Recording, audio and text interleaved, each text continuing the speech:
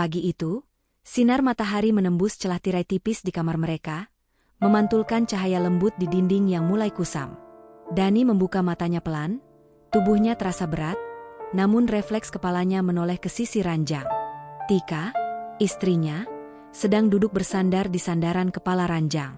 Wajahnya pucat, tatapannya kosong mengarah ke jendela. Tidak ada senyum, tidak ada sapaan, "Selamat pagi," seperti biasanya. "Tik, kamu nggak tidur?" tanya Dani pelan, suaranya bergetar. Tika hanya menoleh sebentar, bibirnya bergerak seperti ingin mengatakan sesuatu, tapi tak ada kata yang keluar. Kemudian ia kembali menatap ke arah jendela. Dani menghela napas panjang. Beberapa bulan lalu, Tika adalah wanita yang selalu menyambut paginya dengan senyum lebar, bahkan di tengah kelelahan mengurus anak pertama mereka. Tapi sejak kelahiran anak kedua, senyum itu menghilang begitu saja, seolah tersapu angin malam yang dingin. "Aku bikin teh hangat, ya," ujar Dani sambil bangkit, berusaha menghidupkan suasana. Namun langkahnya terhenti ketika mendengar suara Tika yang lirih. "Tehnya, nanti aja," jawab Tika, nyaris seperti bisikan. Dani memandangnya lekat-lekat. Ada sesuatu di mata istrinya. Bukan sekadar lelah. Ada kehampaan di sana, seperti seseorang yang sedang berada di tempat jauh meski tubuhnya di depan mata. Suasana kamar pagi itu terasa hening, terlalu hening. Hanya terdengar suara ayam berkokok di kejauhan dan bunyi samar lalu lintas dari jalan utama.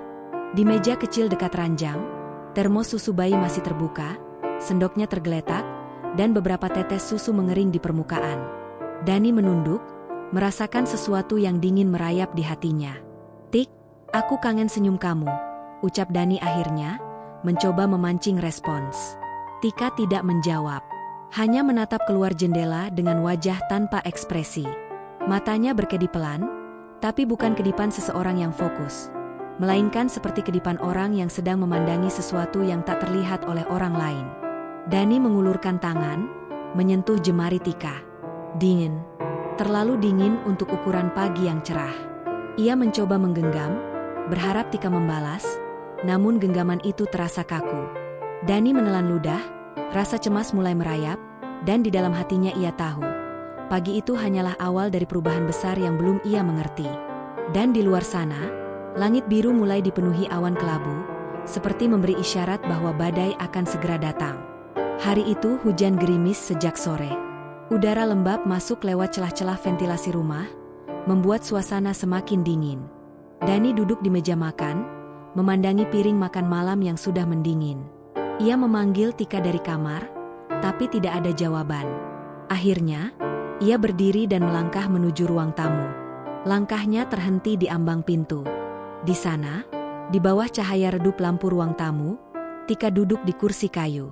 Rambutnya tergerai acak-acakan, menutupi sebagian wajah.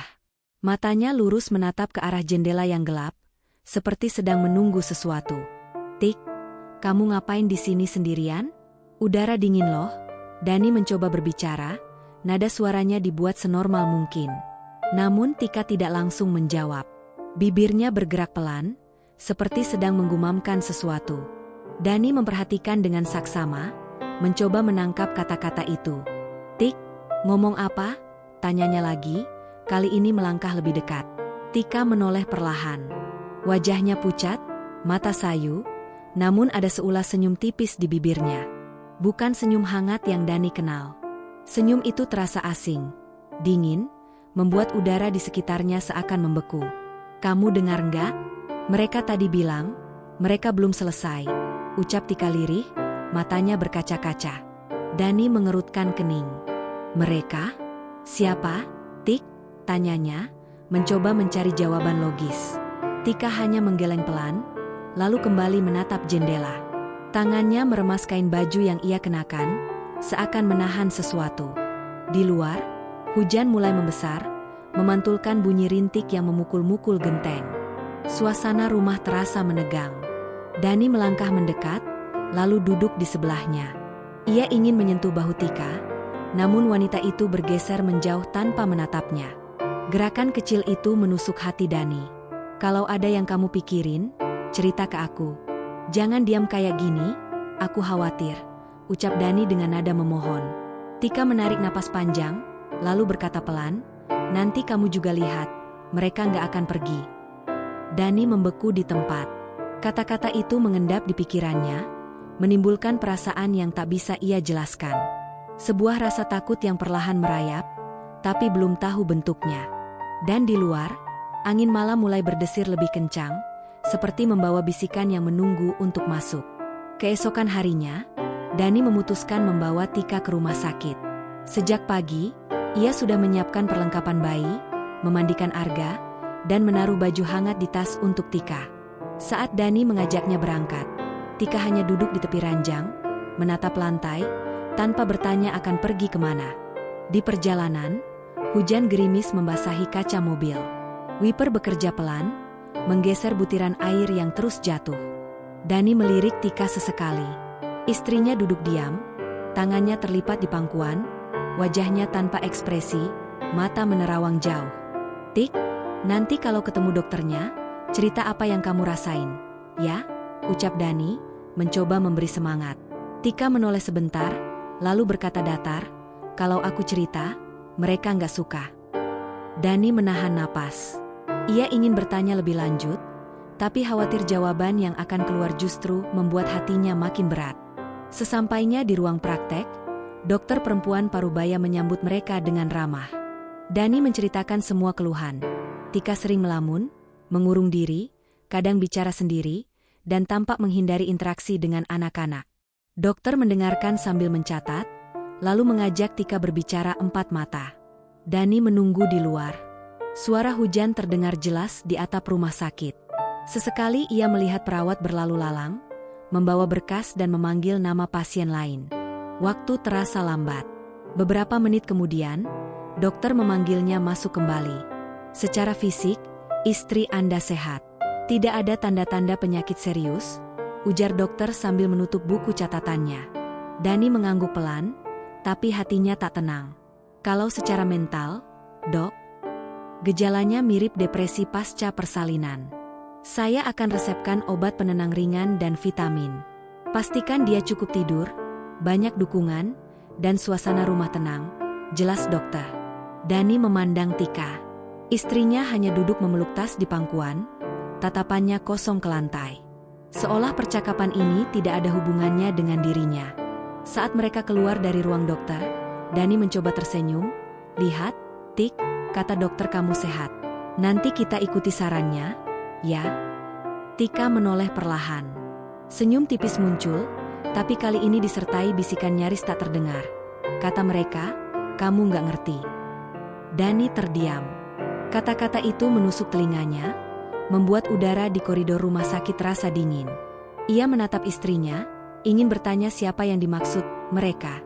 Tapi sebelum bibirnya terbuka, Tika sudah melangkah lebih dulu menuju pintu keluar, meninggalkannya dengan perasaan yang tak enak di dada. Malam itu hujan turun deras sejak petang. Angin membawa aroma tanah basah, menusuk masuk melalui celah-celah kecil di jendela rumah. Dani baru saja selesai menidurkan Arga, anak sulung mereka, ketika suara gemuruh guntur mengguncang langit. Jam dinding menunjukkan pukul 12:15. Rumah itu sudah seharusnya tenggelam dalam tidur. Tapi Dani tiba-tiba terbangun oleh suara tangisan bayi yang keras dan tak biasa. Tangisan itu memotong heningnya malam, terdengar seperti rintihan yang ketakutan. Dani bangkit dari ranjang, kakinya nyaris tersandung bantal di lantai. Ia bergegas ke kamar bayi. Lampu kamar itu redup, hanya cahaya kuning temaram dari bohlam kecil di sudut langit-langit. Jantung Dani berdegup kencang saat melihat pemandangan di depan matanya. Tika berdiri di sudut ruangan, tubuhnya tegak namun sedikit condong ke depan, rambutnya menutupi sebagian wajah. Ia memandangi bayi mereka yang menangis di dalam boks dengan tatapan kosong. Tangannya terkulai di sisi tubuh, tapi bibirnya bergerak, mengucapkan sesuatu yang pelan, berulang-ulang. Tik, kamu ngapain di sini? Dani mencoba bertanya, meski suaranya terdengar lebih seperti bisikan takut. Tika tidak langsung menjawab. Dani melangkah pelan, lalu baru menyadari kata-kata yang keluar dari mulut istrinya. Itu bukan bahasa yang ia kenal. Suaranya lirih tapi jelas berbeda, serak dan dalam, seperti suara orang yang sudah lama tidak minum air. Tik, ini aku, Dani, ucapnya lagi sambil meraih bayi mereka.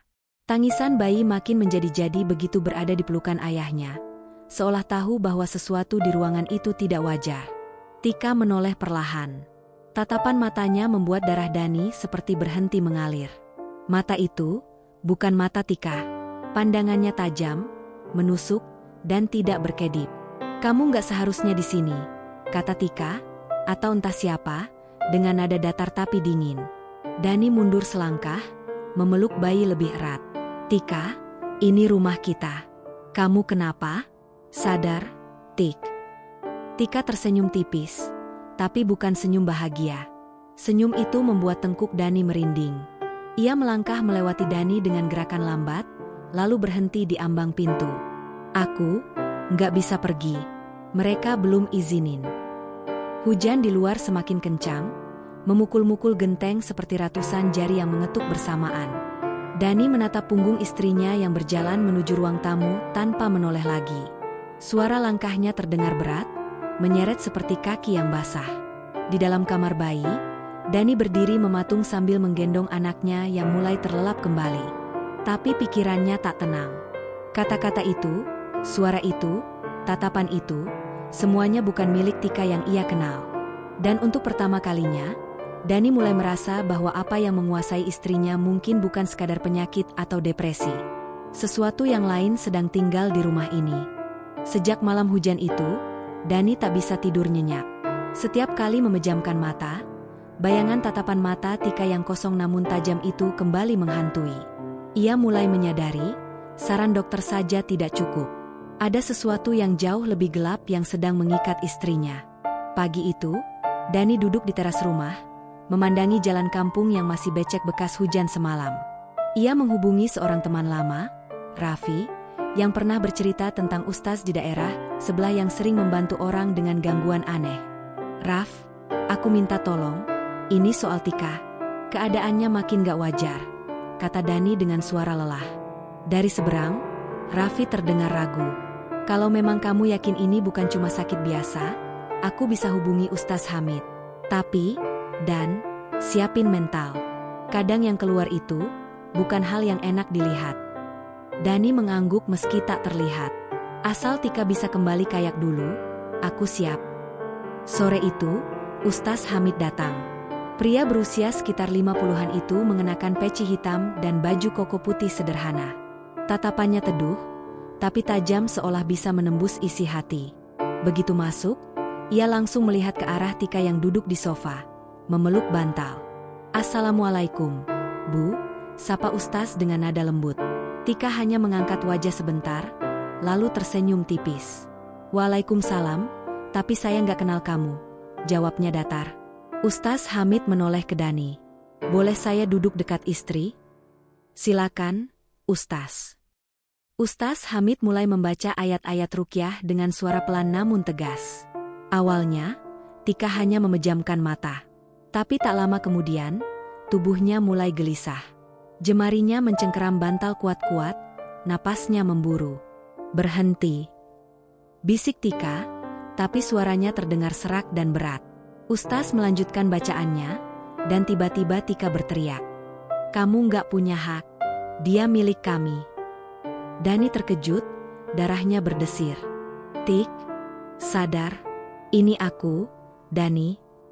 Tika membuka matanya, tapi pandangannya bukan lagi milik istrinya. Matanya merah, bibirnya terkatup rapat, dan dadanya naik turun cepat. Ustaz Hamid menatap Dani sambil mengisyaratkan untuk tetap tenang. Beberapa menit kemudian, bacaan Ustaz dihentikan. "Ini belum selesai. Yang di dalamnya kuat dan marah," ucap Ustaz dengan nada serius. "Kamu harus siap. Ini mungkin makan waktu lama."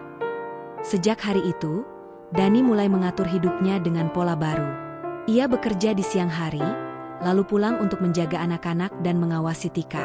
Setiap malam, ia tidur sambil menidurkan bayi di lengan kanan dan menggenggam tangan Arga di sisi kiri, memastikan mereka aman.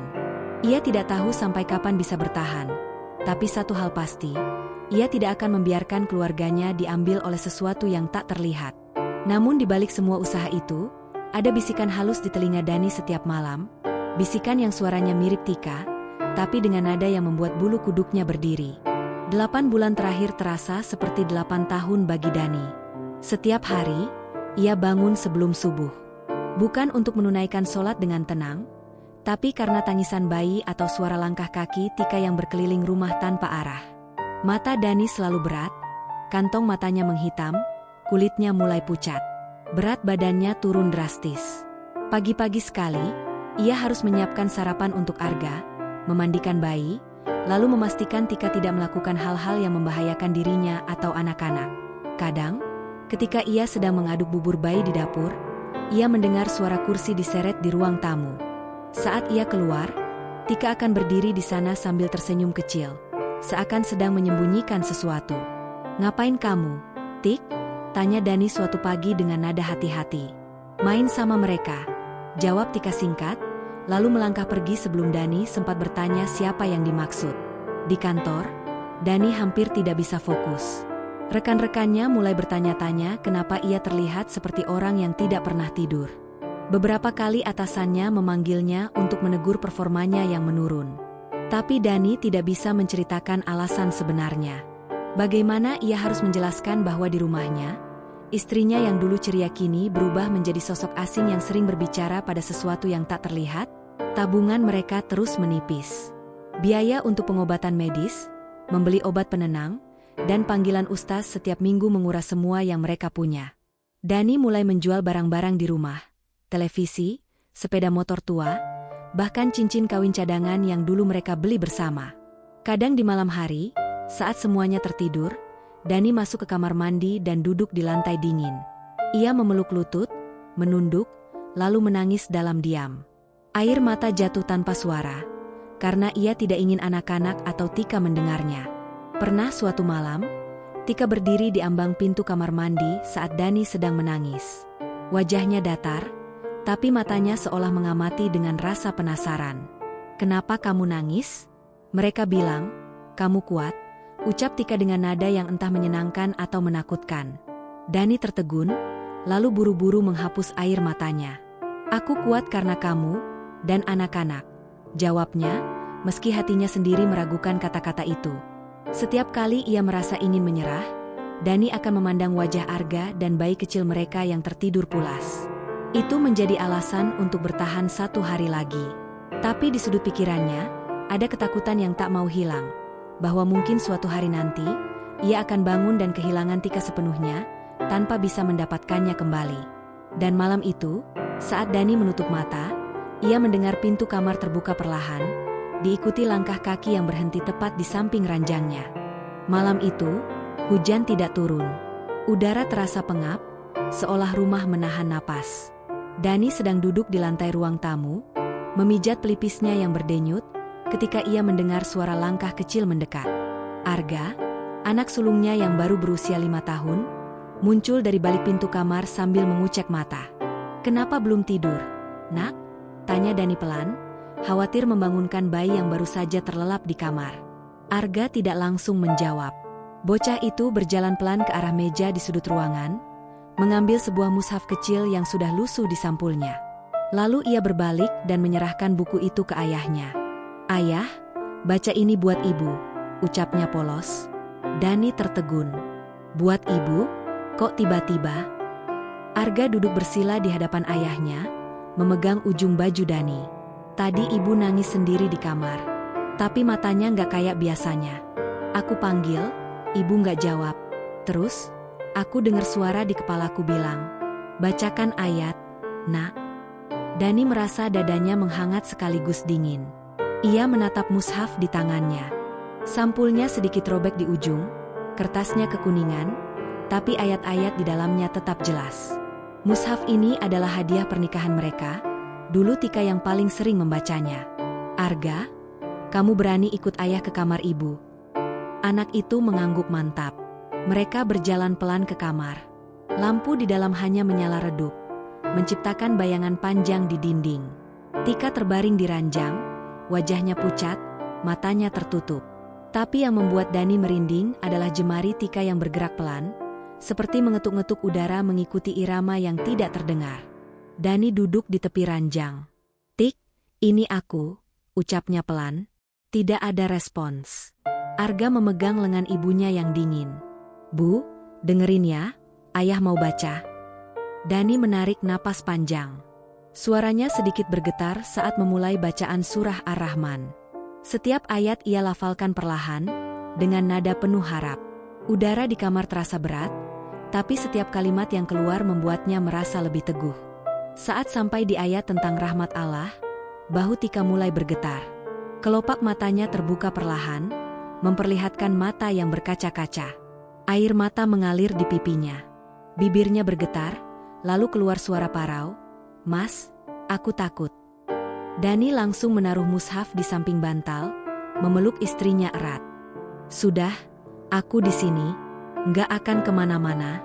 Kamu aman, Tik." Tika menangis tanpa suara, memeluk Dani dan Arga sekaligus.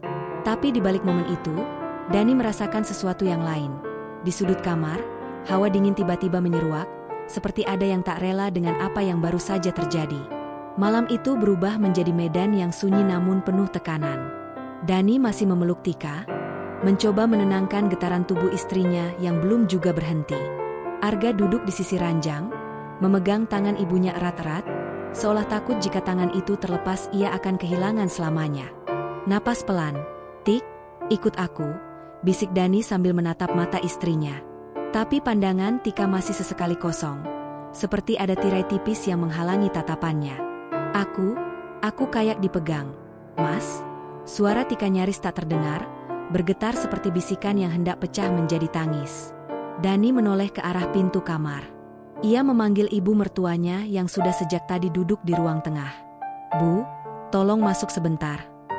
Ibu Tika datang tergopoh, wajahnya pucat, mata sembab. Begitu melihat putrinya yang berkeringat dingin, ia langsung memegang kepala Tika sambil berdoa. "Ya Allah, lepaskanlah anakku dari segala yang mengikatnya." Udara di kamar terasa berbeda. Seperti ada hembusan angin dingin yang datang dari lantai, menjalar ke kaki, lalu naik ke tubuh. Dani merinding, tapi ia terus membacakan ayat-ayat yang dihafalnya. Setiap kata terasa berat, tapi juga membawa kekuatan yang aneh, seolah ada dorongan tak terlihat yang memaksa untuk terus membaca. Tiba-tiba, Tika menggeliat keras. Tangannya menepis-nepis udara, matanya terpejam rapat. "Mas, jangan lepasin aku." Suaranya terdengar seperti jeritan dari jauh, meskipun ia ada di hadapan Dani. "Aku di sini. Aku nggak kemana-mana." Dani menggenggam kedua tangannya, menahan tubuh Tika yang semakin liar bergerak. Arga mulai menangis, ketakutan melihat ibunya seperti itu.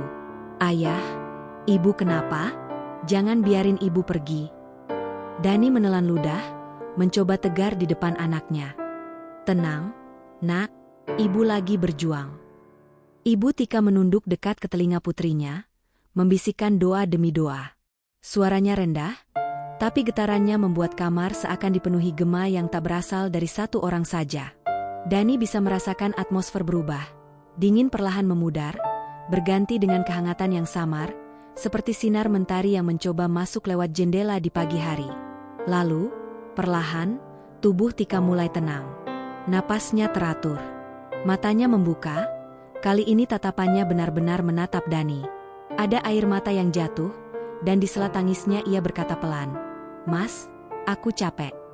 Dani mengusap pipinya, mencoba tersenyum meski suaranya pecah. "Kalau capek, istirahat. Aku yang jaga." Namun, tepat ketika Tika memejamkan mata untuk tidur, Dani melihat sesuatu di sudut ruangan. Bayangan bergerak cepat, menghilang di balik pintu. Hatinya mencelos. Ia tahu, ini belum selesai. Pagi berikutnya, sinar matahari masuk pelan lewat celah tirai, tapi rumah itu masih terasa berat. Dani duduk di kursi ruang tengah, menatap kosong ke secangkir teh yang sudah dingin. Ia tidak meminumnya, rasanya seperti ada batu di dadanya. Semalaman ia tidak tidur, berjaga di sisi ranjang Tika, takut sesuatu kembali terjadi. Tika masih terbaring di kamar, wajahnya pucat, tapi napasnya mulai teratur. Arga duduk di lantai dekat ranjang, menggambar di buku kecilnya. Sesekali ia melirik ibunya, memastikan perempuan yang ia panggil ibu itu masih di sana. "Mas." Suara pelan dari kamar membuat Dani tersentak. Ia masuk, melihat Tika membuka mata. Tatapan itu kali ini penuh kesadaran, meski ada sisa ketakutan di sana. Aku, tadi malam mimpi aneh, Tika berbisik. Aku jalan di lorong gelap, banyak pintu di kiri kanan. Ada suara yang manggil, tapi aku nggak tahu dari mana. Dani duduk di tepi ranjang, menggenggam tangannya. Itu cuma mimpi, Tik. Sekarang kamu di rumah. Aman. Tika menggeleng pelan. Bukan cuma mimpi. Aku tahu di ujung lorong itu, ada kamu. Kamu manggil aku. Makanya aku bisa pulang. Dani menatapnya lama. Ada rasa haru yang menekan dadanya, tapi juga ketakutan yang belum pergi. Kalau gitu, aku akan selalu manggil kamu, Tik, sampai kapanpun. Di luar, Ibu Tika memanggil. Mas Dani, ada Pak Ustaz datang. Dani keluar dan melihat seorang ustaz parubaya berdiri di teras. Sorot matanya dalam, tapi hangat. Saya sudah dengar cerita singkatnya. Kita perlu berdoa bersama, tapi juga harus ada yang menguatkan di rumah ini. Bukan cuma untuk istri Mas, tapi untuk semuanya. Mereka masuk ke kamar. Ustaz itu duduk di dekat Tika, mengajaknya bicara pelan, lalu mulai membaca doa.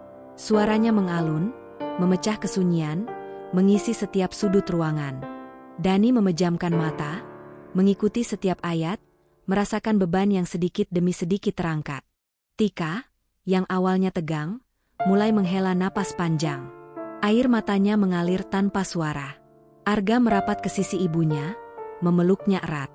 Namun, di tengah suasana yang mulai tenang, tiba-tiba terdengar bunyi keras dari lemari di pojok kamar, seperti sesuatu jatuh dari dalam. Semua terdiam. Dani menoleh ke arah lemari itu, jantungnya berdetak kencang. Ustaz hanya berkata pelan, tanpa menghentikan doanya, "Jangan takut, itu cuma tanda, kita belum selesai." Beberapa hari setelah kejadian di kamar itu, suasana rumah mulai terasa berbeda. Angin pagi yang masuk lewat jendela, membawa aroma tanah basah sisa hujan semalam. Burung-burung berkicau dari pohon mangga di halaman, seakan ikut menyambut hari baru. Dani duduk di beranda, memandang langit yang perlahan berubah dari jingga ke biru. Dari dalam rumah, terdengar suara langkah ringan. Tika muncul, mengenakan baju sederhana dan kerudung tipis. Wajahnya masih sedikit pucat, tapi matanya kini hidup, tidak kosong seperti dulu. Ia tersenyum kecil saat melihat Dani. "Mas, kopinya udah dingin?" Dani tersenyum lebar, bangkit, dan berjalan mendekat. "Kalau yang bikin kamu, dingin pun tetap enak." Tika tertawa kecil, lalu duduk di kursi bersebelahan. Mereka saling diam sejenak, menikmati momen itu tanpa kata. Hanya suara ayam tetangga dan gesekan dedaunan yang menemani. "Mas," Tika memecah keheningan, suaranya pelan tapi tegas. "Aku ingat semua. Bukan semuanya jelas, tapi aku tahu, 8 bulan kemarin aku bukan aku. Rasanya seperti terjebak di balik kaca. Bisa lihat, tapi nggak bisa bicara. Bisa dengar, tapi nggak bisa gerak." Dani menggenggam tangannya, jemarinya hangat. "Sekarang kamu sudah kembali. Itu yang penting." Tika menggeleng, matanya berkaca-kaca. "Yang penting, aku janji, aku nggak akan nyerah lagi. Apapun yang ganggu aku kemarin, aku nggak mau dia menang. Aku mau jaga kamu sama Arga. Kita nggak akan pisah lagi." Dani menarik napas panjang, menahan emosi yang mulai membanjiri dada. Ia menatap mata istrinya, mata yang dulu ia rindukan selama berbulan-bulan. "Aku pun janji, apapun yang datang, kita hadapi sama-sama." Tiba-tiba, suara kecil memanggil dari dalam rumah. "Ayah, Ibu, lihat gambar Arga." Mereka menoleh, melihat Arga berlari keluar dengan kertas gambar di tangannya.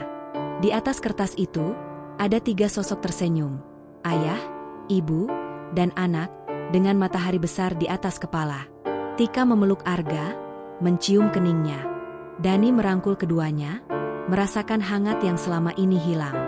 Di langit, awan mulai bergerak menjauh, membiarkan cahaya matahari jatuh penuh ke halaman rumah mereka. Dani tahu, perjalanan ini belum selesai.